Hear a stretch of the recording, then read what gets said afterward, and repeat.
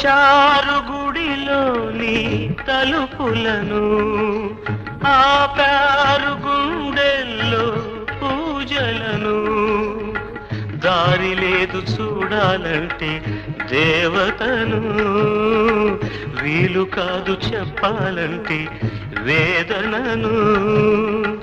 కలతైపోయే నా హృదయం, కరువైపోయే ఆనందం. అనురాగమీ వేళ అయిపోయే చెరసాల, అనురాగమీ వేళ అయిపోయే చెరసాల, అయిపోయే చెరసాల.